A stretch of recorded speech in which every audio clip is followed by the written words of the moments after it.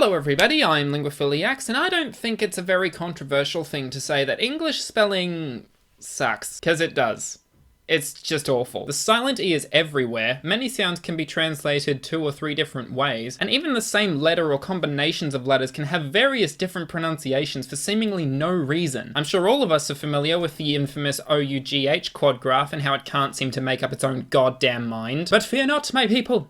It doesn't have to be this way, for I have taken it upon myself to create a new system of spelling, one that abides by the phonetics of every word in the English language that everyone can use to their heart's content, because I am the only person in the entire world who has ever thought of doing this. Yep, only me. Nobody else. Nobody else at all. Okay, so theatrics aside, I am fully aware that this is not an original concept. I just decided one day, because I'm a language nerd, to make my own writing system for English, and I think it looks really cool and works really well, so of course I'm gonna make a video about it. But before I go on, I just wanted to remind you all to make sure to like, share, and subscribe for more language-related content, and to ring that bell to be notified whenever a new video comes out. I feel really weird doing this at the beginning of a video, but apparently it works, so I'm gonna keep doing it. But anyway, back to my completely original idea. When I started creating this new writing system, I first gave myself a couple of guidelines to keep in mind with regards to what I wanted this system to do and how I wanted it to be used. One of the things I wanted was to be able to use it all the time, which meant that I had to be able to type it with relative ease on any computer. I therefore decided to stick to the Latin script so that I wouldn't have to install any new keyboards on a computer that I didn't own, like say whenever I wanted to procrastinate in the uni library, for example. I missed the uni library. What this meant was that I had to stick to the standard 26 letters and avoid any obscure characters and diacritics unless absolutely necessary. Shouldn't be too difficult, loads of languages manage to do that. Another thing I wanted was for the spelling of the word to determine how to pronounce it. I can't tell you how many times I've read a word somewhere in a book and never looked up the pronunciation and then embarrassed myself for pronouncing it wrong. Don't pretend this has never happened to you. His name might as well have been Daniel Chameleon. Professor, do you mean chameleon? Betty, I'm pretty sure it's pronounced chameleon. Class dismissed.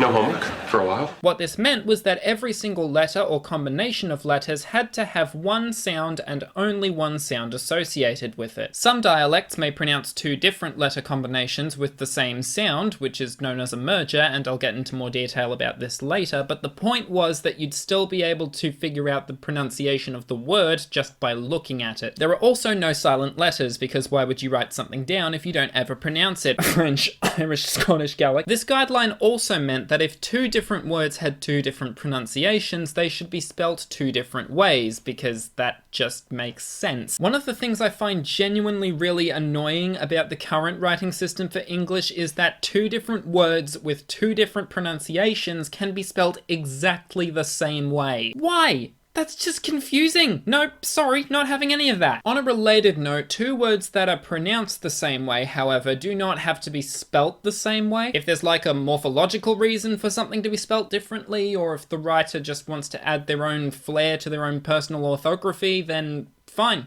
Go on. I don't have a problem with that. In fact, this leads me on to my third and final guideline. I wanted this system to be flexible enough for dialectal variation, which means that the standard script would not be a strict rule book that speakers would have to abide by like it is for the current system. There would still be rules, obviously, otherwise the whole thing would be complete nonsense. What I mean is that as long as the words you wrote adhere to the previous guidelines, spelling determines pronunciation, then you can spell words however you want to spell them. What this means is that there is no official spelling. So if you want to spell the word sandwich as if it were sangwich, artifactian, then that's absolutely fine. The goat ate the sandwich, sandwich, sandwich. You say tomato and I say tomato. You say potato and I also say potato, because potato would be ridiculous. The point is, if you can determine the pronunciation of a word from the letters that were written, and the person you're talking to understands what you were talking about, then you have maintained effective communication, which is the whole point of a language. Not to mention that it can be pretty difficult to determine exactly how words are pronounced anyway, because English has like so many dialects. I mean, look at this. This is the wiki page for the International Phonetic Alphabet Chart for English dialects, and look how big the vowel chart is! This is the furthest I can zoom out, and it still doesn't fit on the web page. But that also meant that in order for me to explain this system, I had to create some kind of standard for people to fall back onto, and that is what I'm going to be talking about in this video. This standard is based on 3 main main dialects, General Australian for obvious reasons, as well as General American and received pronunciation. So with all that considered, let's actually get into how this system works, shall we? As I mentioned before, this writing system uses your standard 26-letter Latin alphabet, so you don't have to learn any unusual characters and you shouldn't have much trouble typing anything. There is, however, the acute diacritic for marking stress, since there are pairs of words in English where stress is the only thing that separates them. And yes, I know my first guideline said to avoid diacritics, but my second guideline says that spelling should determine pronunciation, and the acute diacritic really is the best way to explain a shift in stress. I mean, just look at Spanish, for example. But I really didn't want to pull a Lakota and have stress always be marked. That would just be too tedious. So since most English words place the stress on the initial syllable, the acute diacritic is only ever written whenever the stress does not occur on the initial syllable. So the word combine is written without the diacritic, and the word combine is written with the diacritic on the second syllable. So that's stress taken care of, but what about the actual letters themselves? Of all the 26 letters, A, E, I, O, U, and Y are considered vowel letters, and the rest are considered consonants. Although you could also argue that R is a vowel letter in Raitiq vowels, but I'll get back to that later. Since the consonants are the easiest to explain, I'll start off with them. Each individual consonant letter in the alphabet by itself is pronounced as it would be as if it were an IPA transcription, unless of course that phoneme doesn't exist in English, in which case those letters will represent something else. This does mean that the letter J ends up representing Y instead of J, as you're probably more used to, but considering that every other Germanic language pronounces the letter this way, it's not really that much of a stretch. And remember also that every letter or letter combination must always have one specific sound pattern associated with it. So that means that G is always G and never J, and S is always S and never Z, and so on. So that already accounts for 17 of the 20 consonant letters and just leaves us with C, Q, and X for the remaining consonants. Now these letters represent very different sounds to how many of you may currently understand them, and I already know that loads of people are going to have problems with them, but frankly I don't care. This is my constructed script, so get over it. If Cursor can use the same letters to represent its click sounds, I can do whatever I want with them. The letter C represents the voiceless palato-alveolar fricative, which is the sh sound in the word shell, written like this in the new writing system. The letter X represents the voiced palato-alveolar fricative, or the zh sound in the word measure, which could potentially be written like this in the new writing system. And the letter Q represents the velar nasal consonant, which is the ng sound in the word singing, written like this in the new writing system. And I can already see language nerds everywhere rolling their eyes about that. I did make it a rule, however, that the velar nasal is written with the letter N instead whenever it precedes a velar stop. In other words, the letters G and K, since in those environments it could be understood as an allophonic variant of the alveolar nasal. This is why I spell the word English like this and not like this. I mean, technically neither of them are wrong per se, but I just prefer the way the former one looks, so that's the one I standardized. And no, this does not violate any of my guidelines. The pronunciation of the word can still be determined from the letter combinations NG and NK, because you never pronounce these words as sink or finger. The only time those two phonemes can occur together is in compound words such as sunglasses, but in those cases you can just separate the two words with a hyphen. Problem solved. But anyway, all of the consonant letters by themselves are not enough to transcribe all the consonant phonemes in the English language, which means I had to use Daigraafs for the rest of them. Luckily, there are only 5 other official phonemes left: the post-alveolar affricates ch and j, the dental fricatives th and th, and the voiceless labiovelar approximant hw, which is phonemically distinct in some dialects. Jacksepticeye uses it. I've been trying to go to LA for a while. For the post-alveolar affricates, I decided to use the letters TC and DX since I felt that represented them most accurately, and again, I know some people are going to have problems with these, I don't give a shit. And finally, I used DH and TH for the dental fricatives and WH for the voiceless labiovelar approximant. But anyway, that's all of the consonant letters done, which means now I have to move on to the vowels, the most confusing part of English phonetics.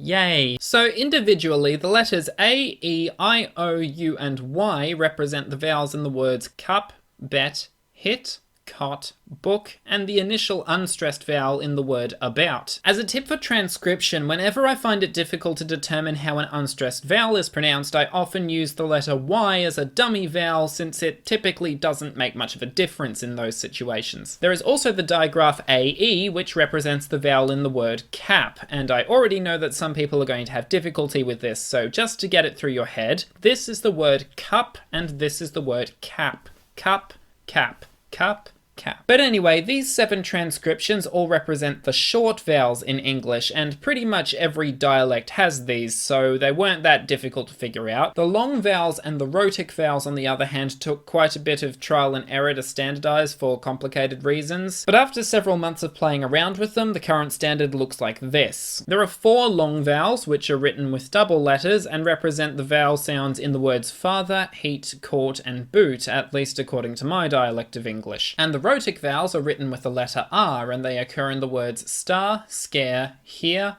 court, tour, and fur. Just to clear things up a little, this is what the same words sound like in general American. Father, heat, cot, boot, star, scare, hear, court, tour, fur. So there are a couple of things to take note of here. The first is the pronunciation of the O vowels. You may have noticed that in my dialect of English, the words court and court are homophones. But if I were to say those words again in general American, cot and court would no longer be homophones. In a similar way, the words cot and cot would be homophones. But again, in general Australian, cot and court would not be homophones any longer. In order to abide by the spelling determines pronunciation guideline, all 3 of these words must be spelt 3 different ways, which is also why there are 3 different vowel transcriptions, even though their phonemic realizations may have merged in some dialects. And the second thing to take note of is that the rhotic vowels R, air, and or are all written with double vowels, while the others are not. When I first started experimenting with rhotic vowels, I originally transcribed them only with single letters, so the words start, star, and starry were all transcribed like this, but then I got to words like hurry, which would be transcribed like this, but hurry does not rhyme with starry, therefore one of them had to be spelt differently. Since the vowel in starry is longer than the vowel in hurry, I decided that the rhotic vowel should be written with a double A. Then after applying similar tests to all the other rhotic vowels, I found out that only A, E, and O needed to be doubled, while the others could remain single. And that, in a nutshell, is all the monophthongs that exist in English, although there are also 5 distinct diphthongs which occur in the words bite, shout, take, coin, and throw. I originally transcribed diphthongs with J and W coders, but for complicated reasons that proved not to work out as well as I originally thought. But anyway, that is my own personal alternate writing system for the English language. I hope you all enjoyed it, and I hope my explanation of it wasn't too confusing. I really want to see how well people understood this video. In fact, you can try this system out yourself right now if you want to. Just leave a comment down below using this new transcription. And who knows, if enough people leave their comments down below, I might make a future video where I try to decipher them as best I can. That would be really fun, actually.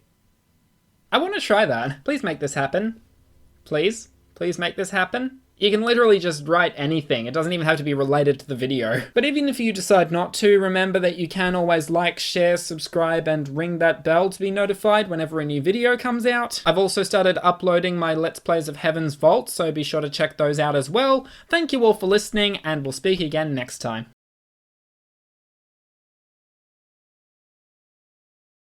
I feel really weird doing this at the beginning of a video, but apparently it works, so I'm gonna keep doing it. I must abide by the algorithm to survive. This channel must survive. Exterminate. I am fully aware that Daleks are not robots. Shut up.